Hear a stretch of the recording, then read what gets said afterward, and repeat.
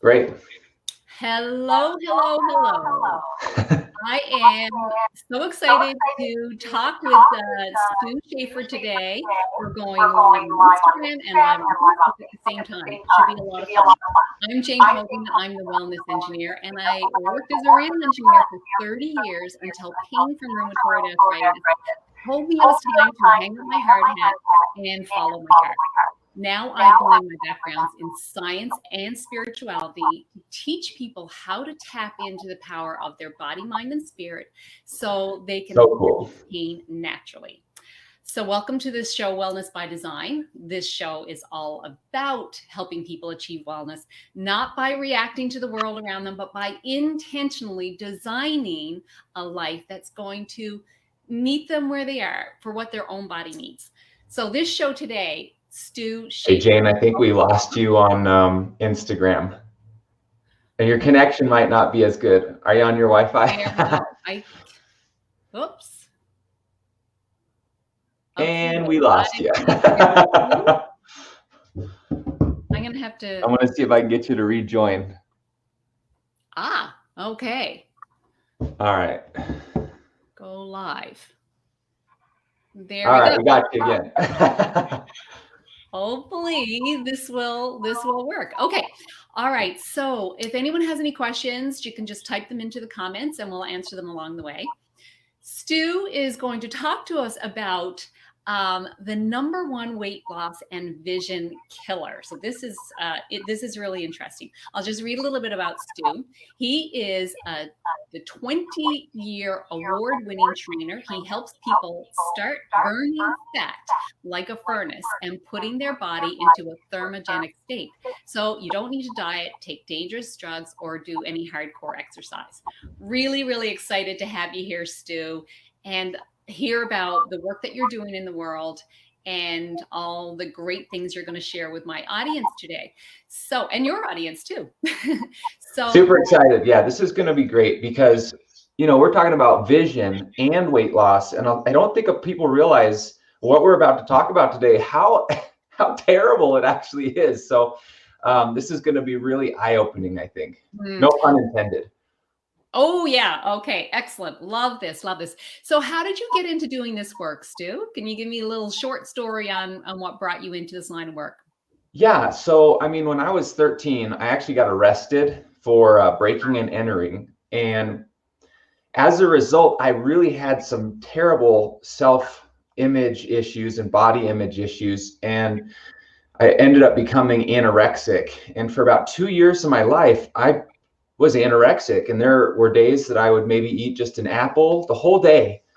And it wasn't until I actually started following a program that I was able to get out. But even after I still followed that program in the beginning, I had anxiety every single day, all day long, because every time I would eat, I thought, oh, I'm going to get fat. This is terrible. Oh my gosh.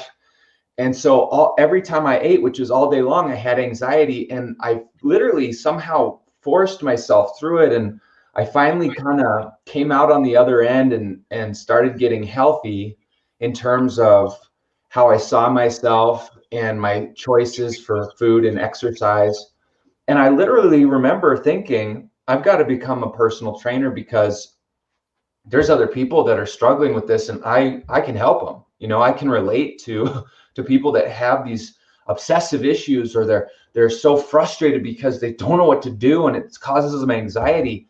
And so that was in high school, and I didn't know how I was ever going to get into this and become a health coach, but I just knew I wanted to, and that's how I got into it. And I've been doing it ever since. It's been almost 20 years now.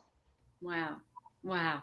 What a powerful and inspiring story, because you did get out of it, which of course gives people hope if they are in that situation themselves. So how did you then get into weight loss? Because that's not exactly your story, right? So how did you get into Yeah, doing weight loss? well, it is and it isn't. See, it is and it isn't, because for me, I had this mentality that I thought I was fat, even though I wasn't, and that I really wanted to lose weight. And I remember, watching all these different like infomercials and reading books and magazines and all this stuff. And I just remember how overwhelmed I felt with all the information, and almost just felt like I just had no idea what to do or how to do it. It was so frustrating. It was overwhelming. It caused, like, literally caused anxiety, because there was so much out there. And so I could relate to a person who wanted to lose weight. And the reason that how the anorexia ties into it is I wanted to show people how to do it healthy.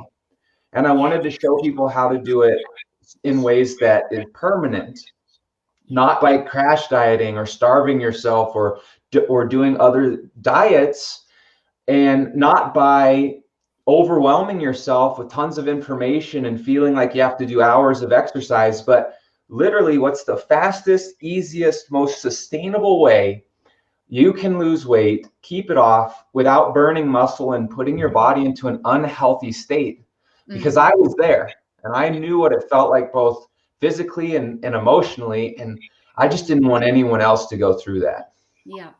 I think a lot of times people think that it's about weight loss, when really it should be about being healthy. So whether you got weight to lose or weight to gain, it's really about becoming healthy. And of course, my audience is mostly people that are in pain and want to reduce pain. But lots of times weight loss is a sign of inflammation. And a lot of people who are overweight or even underweight are actually inflamed in their body. So we're going to talk a little bit, I know, about things that cause the weight gain and also cause inflammation and pain. So you want to go down that road a little bit. You mentioned when we were talking about this beforehand, the connection between sugar and alcohol. So let's go down there and see what you got to share with us. Yeah, so you've mentioned earlier putting your body into the thermogenic state, which is my specialty. And the reason that's so important is because most people are in something called a catabolic state. And when you're in a catabolic state, really what that means is your body is burning muscle and it's storing fat, okay? Burning muscle, storing fat, which is the opposite of what we want. But when you put it into a thermogenic state, and you do this by a very special combination of eating, weight training, and cardio, it actually starts burning fat all the time, constantly burning fat, and it keeps or increases your muscle, so that when you lose weight, you look toned and firm and tight. You don't look soft and flabby, and that's a huge difference. Okay, I want to just clear this really quick. We're talking about weight loss, but what most people really want, and what we are actually talking about, is fat loss. Okay, so you want to burn fat. You don't want to just lose weight. Because a lot of people lose weight and it's muscle, and that really puts their body into a really bad state. Now, in terms of where the sugar and the alcohol comes in, this is the #1 weight loss killer and vision killer. And I'm going to explain why. You just mentioned it's an inflammatory food. It causes inflammation. And I gotta think and assume it's the worst inflammation food. I mean, there's dairy that's out there, and sometimes some gluten can do it. But I think by far, and you can correct me if I'm wrong here, sugar is the worst. It causes the most amount of inflammation. It's absolutely one of the worst things you can possibly put in your body. Now, given that, I know it's unrealistic for most people to never eat sugar or consume alcohol again. So we're going to look at how can you do it in a way that won't destroy your weight loss journey. It won't destroy your vision, so that you understand how it works with your body, and you can do it in a way that's sustainable, let's say. Does that make sense? Oh, absolutely. Because sugar is such a big part of people's diet, that, and alcohol as well, that they can't even imagine having life without it. So there's got to be a way for them to still be healthy and see that they're not going to cut themselves off. Well, I mean, they're addictions, right? Sugar is, I don't know how many times more addicted than cocaine and street drugs. So it's a real addiction. So if you tell people just stop, you have to stop, they're not even going to try. So we have to give them a way. That's a good point. And one thing I didn't mention is that after I kind of came out of my anorexia, I did suffer from sugar addiction. There were mornings that I would eat an entire quart of ice cream. At this point, I'm still in high school, okay?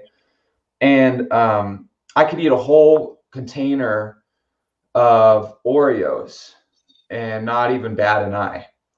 And so, and honestly, the only reason I stopped eating sugar, and I mean, this isn't the best thing, but it just is how it happened, is when I went to college and I was broke, I couldn't buy it and it wasn't around. So for several years, 3 or 4 years in college, I didn't eat it, or I barely ate it. It didn't have the same appeal to me. So I realized that most people can't do that because it's around them, but I was kind of forced out of it. And so I can relate to someone who does have the sugar addiction. I understand how, as soon as you start eating sugar, you want to eat more sugar. But sugar really is the #1 cause that prevents people from losing weight, especially burning fat, what we're talking about, because it goes in and it just wreaks havoc with your body. We just mentioned the inflammation piece, but there's also the blood sugar piece, okay? Now, let me give you an overview of how this works and why it causes weight gain. I'm going to do a very simple overview. Essentially, when you eat sugar, even if you eat a fruit which has sugar, if you don't eat it with the correct foods, let's say you just eat it on its own, all right? And alcohol is even worse, because alcohol goes straight into your bloodstream. And what I'm about to tell you, alcohol causes the same reaction in the body. Essentially, you eat some sugar and it goes into the body, and it spikes your blood sugar levels. The body goes, uh-oh, we need to regulate these blood sugar levels. And so your pancreas then releases insulin. Okay, this is why people with diabetes have to have insulin, because their pancreas doesn't release it. So your pancreas releases the insulin, which causes your body to flood in fatty acids into your bloodstream. Okay, and once that happens, it pulls your blood sugar down, but your body also absorbs and stores those fatty acids. Now, alcohol is way worse than sugar because it has the same reaction, except way worse and way faster, because the body, when you drink alcohol, it takes it in as though it's food. However, alcohol goes right through your stomach into the bloodstream like a drug. So it has the body wants to process it like food, but it interacts like a drug. So because it goes into your blood and it turns straight to sugar, no matter what's going on, because sugar is the most immediate source of energy for the body has to use it. So sugar goes in through the means of alcohol, your blood sugar skyrockets. It doesn't matter what kind of alcohol. It doesn't matter if it's beer, wine, liquor, it doesn't matter. Blood sugar skyrockets, and the entire process I just described gets kicked into overdrive. And again, that's why you gain fat. Now, Jane, I want to hear from you, because you're the vision expert here. I want to go a step further. How then can this sugar, this reaction that we're talking about, it can then destroy your vision? How does that happen? Eye vision? Yeah, well, it can destroy, your vision, your eyesight.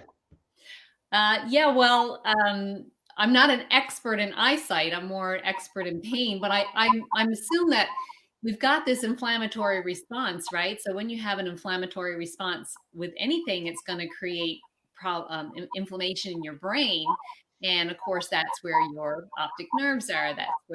So these are not going to be firing as well. So anytime we have inflammation, whatever the cause of that inflammation is, it's going to be a problem with our vision. It's going to be a problem really throughout our body.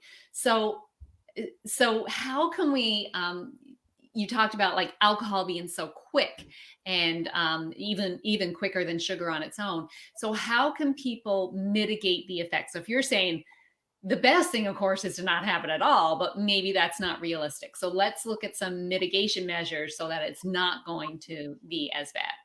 Okay, great. So I wanted to just touch on what you said about the pain. Okay, a lot of people they go, well, geez, I have joint pain, I have knee pain, I have arthritis in my fingers or whatever, or whatever, and so they use that as well. They don't use it. It prevents them from exercising.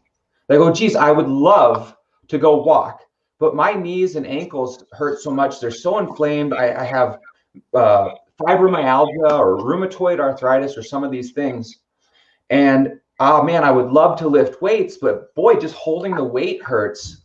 And I just want to say, like, that can be eliminated or substantially reduced by cutting down on sugar or doing what I'm about to explain.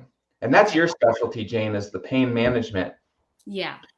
And so anytime you have pain, and by the way, the reason why some people experience more pain when the weather changes is the barometric pressure drops. Okay, now think of it this way: if you have in the joint this thing inflaming, it's pushing in the joint, it's causing pain. All right, if the pressure drops outside, that means this thing's going to expand because there's less pressure pushing out on it. And so if you experience pain when the pressure drops and the weather changes, that's a sure sign that your pain is going to be caused by inflammation. Now, the reason I say that, and the reason this is important, because what we're about to talk about, it can reduce this substantially, because any inflammation in the body can be substantially reduced by diet and lifestyle changes, and they don't have to be big. You're going to see some of the shortcuts here. Yeah. And again, if you do teeny changes, but you do them over a long period of time, that'll have just as good of an impact as if you did, let's say, major changes over several weeks or months, or you did a big change in the beginning and then little changes to sustain it. Okay. Mm-hmm. So let's take a look at this. Let's talk about alcohol first, because this is, I think, what more people struggle with than anything, is they like to have some wine or beer or some drinks at night, either with dinner or after dinner. So first thing I want to just talk about is the blood sugar response that I referenced before when you eat something sugary, even if it's a fruit. Okay, if you were right now to go have an orange by itself, nothing else, you ate that orange, it would still raise your blood sugar and it would still cause the same reaction in the body that eating a cookie would. All right, the only difference is one is a processed sugar, one is a natural sugar. Okay. A lot of people don't realize that fruit's still sugar in the bloodstream. Yeah, and even though it's a healthy sugar, a healthy food, it still impacts your blood sugar. So first thing you can do is combine foods so that you don't get that spike in blood sugar. What foods help drop the spike? Well, there's a couple things. One is, instead of a simple sugar like fruit, you can eat a complex carbohydrate like a grain. Now, if you're trying to avoid gluten, you can have something like quinoa or rice or those types of things, which are a natural grain, not as processed in some cases, and don't have the gluten. The other option is fats and proteins eaten at the right quantities with the carbohydrate, even if it's a fruit, in the right combination, can literally flatten out that response so that your blood sugar is completely regulated by the food, and your body doesn't have to continuously pump insulin to try to drop down the blood sugar levels. This is, by the way, super important for people with diabetes. Mm-hmm. I recently worked with a client who has type 1 diabetes. She's in her 50s. She lost 30 pounds in 12 weeks, 30 pounds in 12 weeks, and was using 1/8 of the amount of insulin because she did some of these small tricks. Okay, so not only did she save money because she didn't have to buy as much insulin, but she lost 30 pounds. So now she has to use even less insulin, and she looks amazing. Okay, and she didn't have to wonder and be a slave to her diabetes because she was uncertain what her blood sugar was going to do. Once she realized how to do this food combination, which is very simple, she knew it was going to regulate through the day, and she could go out, she could do things and feel much more comfortable and confident. Now, when it comes to alcohol, what you need to do is dilute it. All right. So there's one simple way that you can do that. First thing I recommend is I would still recommend having it with a good meal. Now, when I say good meal, I mean a meal that's not full of carbohydrates. So, right, the biggest mistake is people eat a ton of carbohydrates at night, and that's all energy, and we have nothing to do with it. The body doesn't know what to do with it, so it stores it as fat. So You don't want to have spaghetti at night. You don't want to have a bunch of rice or fruit at night. Those are all carbs that the body won't be able to utilize. Instead, you want to have really good lean protein, chicken or turkey or lean meat, lean beef, or those types of things. Stir fries are great with the vegetables and the protein. And the vegetables you want to have because they have so much good fiber. Now, if you have a really good dinner like that, and then you have a glass or two of water, I'm talking about a 12-ounce glass or two of water, and then you have some alcohol. And then after you're done drinking the alcohol, you have another glass of water. What's going to happen is it's going to help dilute that alcohol and minimize the impact that the alcohol has on the body. The alcohol is still going to have a negative impact on the body, but at least you'll mitigate it. Right. Okay. That's so interesting. The other thing I want to mention really quick is drinking enough water through the day will really help with inflammation because it can help flush your system out. The body can, there you go, can get rid of toxins. And if you're eating sugar, your organs, I mean, the pancreas, the liver, your kidneys, they have to process these things. They have to process the waste through the body. And when you're dehydrated, it's like not putting oil in a car. That engine's going to seize up. It's like very sluggish. When you drink enough water, everything begins to function much more optimally in the body. So how much water do you need? A good shotgun, a good rule of thumb is take your weight and multiply it by 0.66. Okay. So let's say I was 100 pounds, right? I would be shooting for about 66 ounces of water. Okay. I'm 200 pounds. So I shoot for about 130 ounces of water. You're going to be somewhere in between there. So you're probably going to be getting somewhere between 80 and 100 ounces of water, which is about 10 glasses a day. That's just an easy way to think of it. Now, if you take on that challenge, I'm going to challenge you.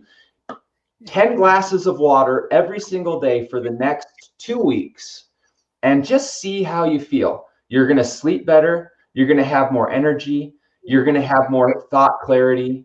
You're going to lose weight because your body's going to be able to burn more. Your skin's going to look better. Your vision is going to be better because your eyes are moist. They need to be hydrated. Your brain is going to function better because it needs water. Everything in the body needs water. So do it for 2 weeks and just tell me what happens. Come back, find me, leave a comment, send me a direct message. Yeah, let's take a look and see. I find that, Stu, with my clients too. Like the first thing is always the water.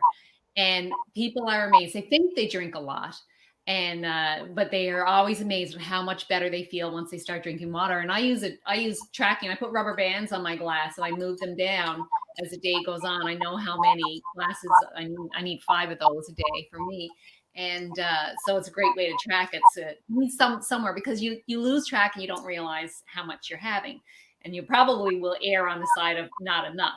So Stu, go back to the meals. You said like a really good quality protein with lots of vegetables. What about fats? Like some good fats as well? Yeah, fats are interesting because I'm not going to be very popular for saying this, but I think keto is terrible. And I think paleo is not very good. Atkins has been around for a while. It's not good at all. And it's just a diet that gets reborn every so often. And we've gone through phases, okay? When we were in the 50s and 60s, if you wanted to lose weight, you did a crash diet. You did a starvation diet. That's really what they called it, okay? Starvation diet. You just stopped eating. They didn't realize how bad that was for the body. And people still think that. By the way, if you ever run into a trainer or a coach who says calorie in, calorie out, run away, because that person does not know what they're talking about. That is the absolute worst way to lose weight. In fact, over the last 12 weeks, I transformed my own body, and I actually increased my calorie intake by almost 1,000 calories per day. I went from eating 2,800 to 3,700 calories per day. And what happened was I gained muscle, and at the same time, I lost body fat. I actually got leaner. And so it's not how much you're eating, it's what you're eating, when you're eating it, and how you're combining foods. So my point is that in the 80s, we went through this low fat phase where scientists thought, oh, geez, well, fat must be what caused you to get fat. So everyone cut fat and everyone got fatter because they were eating more sugar. Yeah. The food manufacturers use sugar in replacement of fats. Yeah. And so everyone got fatter because they were consuming sugar, which this whole point of this video is that that's the #1 weight loss killer. So then in the 90s, it was like a low carb is what they went to. Low carb. Okay, and that was Atkins and South Beach and some of these other diets. Well, now we're in this weird phase where we're in these high fat diets. Okay, we're in this high fat phase. It's still a fad. It's still a trend. I think it's actually one of the most dangerous ones to date. I mean, just think about it. Every time we go into a fad, we're sure, science doctors, we're sure we've got it. Low fat, we realized that wasn't good. Low carb, we realized that wasn't good. Now we're at high fat. And in about 5 or 10 years, we're going to look back and be like, what were we thinking? This was insane. Now, that being said, you still need fats, but they shouldn't be, your diet shouldn't be super high in fat. And the type of fat makes a huge difference. So for example, at dinner, when you're trying to get a good source of protein and healthy fats so that you don't need the carbohydrates, and if you do have alcohol and you dilute it, it minimizes the negative impact. You're going to want good healthy fats like nuts, almonds, or like olives, right? They make olive oil. They make almond oil. You want the food source, not necessarily the oil source. Or cook with really healthy fats like the extra virgin olive oil and things like that. And so that will help mitigate the blood sugar, and it's a healthy fat. But if you also have it with a nice bit of that complete protein, and then at your other meals with the carbohydrate during the day, you're eating a balanced meal. And you're getting the right portion and the right combination of foods. And that is what will really launch your body into this thermogenic state where the body goes, wow, this is great. We're getting everything we need. And it optimizes the body, and the body starts burning fat like crazy. And my clients are always the same. They go, how can I possibly be losing weight? I'm working out less and I'm eating more. And I'm like, yes, but you're eating the right foods in the right combination at the right time. Yeah. And that's the beauty of it, because now you're not starving yourself. You're full, you have high energy, you're thinking more clearly, and you just feel so much better. I love this, Stu. I love the way you're looking at, like, and it's true, like we are really, there's chemical reactions going on in our body all the time. So what you're talking about is changing that chemistry, changing what we're putting into that chemical reaction, and it's going to behave a little bit differently.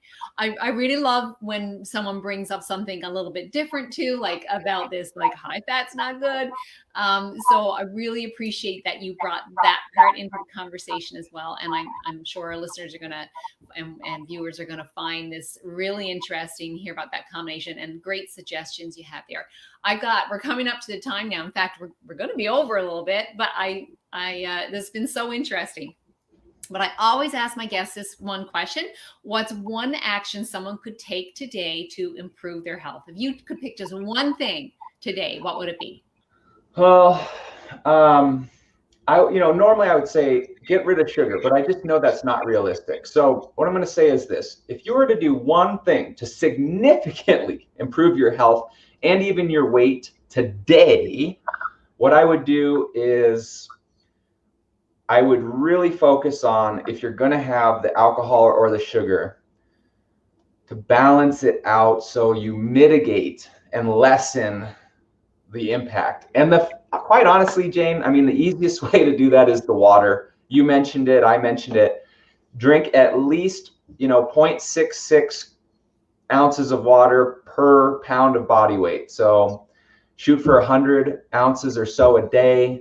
That would probably be the easiest, single, fastest thing that someone could do and it will make significant improvements. Yeah, perfect. I love it. It's so simple, right? It doesn't have to be complicated. Okay, Stu, I'd love for people to know where to find you. And your website's amazing. Like, go check out Stu's website. He's got all these pictures, these before and after pictures of people that have lost weight using his thermogenic formula, and without starving themselves. It's just eating the right things in the right combination. So what's your website, Stu? Great. Yeah. So it's StuSchaefer.com. I'll spell that out really quick. It's StuSchaefer.com. And we got so many great resources. We've got a free fat loss blueprint, a free masterclass you can jump in, which kind of goes into this in depth. And if you're really one of those people that want a quick start, you just want to jump to the front of the line, I always have a couple appointments during the week. You can book a free strategy call with me, and we can really dissect and come up with a blueprint for you. So yeah, I'd love that. Stop on by. Fantastic. You guys are going to love his website, and take advantage of these tools that Stu has there for you. And it's about getting healthy, right? And when you can get healthy, when you can reduce that inflammation in your body, you're going to have less pain, and losing weight is just a side effect, right? It's a good side effect. Yeah, so, good stuff. Stu, thank you so much for being here today. I'll have all of your links and so on in the show description, so people will know where to find you. And it's been an absolute pleasure having you here today. So thanks so much for joining me on Wellness by Design. So much fun. Thank you so much, Jane. Okay, bye everyone. Thanks for watching as well.